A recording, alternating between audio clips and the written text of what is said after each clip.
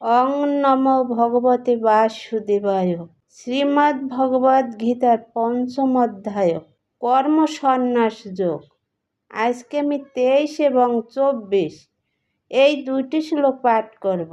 শপতি ইহ এব যশরম প্রাক শরীর বিবক্ষণাৎ কাম ক্রোধোদ্ভবম বেগম ছ যুক্ত ছ সুখী নরহ।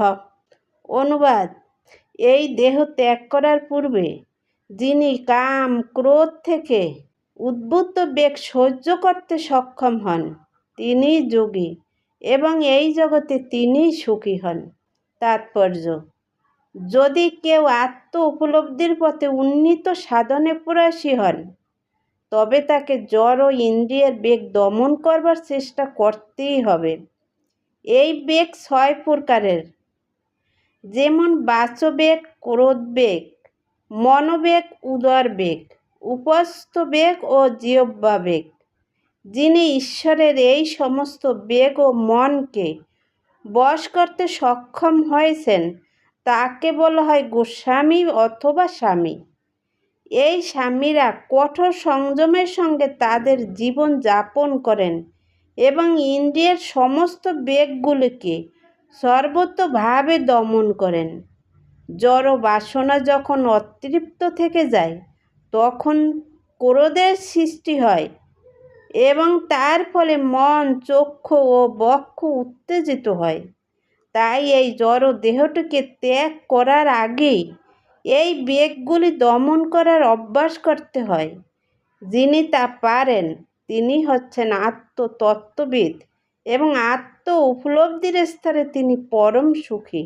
যোগীদের কর্তব্য হচ্ছে কাম ও ক্রোধকে বশ করার প্রাণপণ চেষ্টা করা। 24 নম্বর শ্লোকে কি বলেছেন? যো অন্ত সুখ অন্তরাম তথা অন্ত জ্যোতি এবজা সযোগী ব্রহ্ম নির্বাণম ব্রহ্মভূত অধিগচ্ছতি। অনুবাদ: যিনি আত্মাতীত সুখ অনুভব করেন, যিনি আত্মাতীত ক্রিয়াযুক্ত এবং আত্মাই যার লক্ষ্য তিনিই যোগী।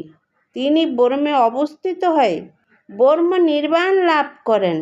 তাৎপর্য: আত্মায় যে সুখ আস্বাদন করেনি সে অনিত্য সুখভোগের ক্রিয়াগুলি কিভাবে পরিত্যাগ করবে?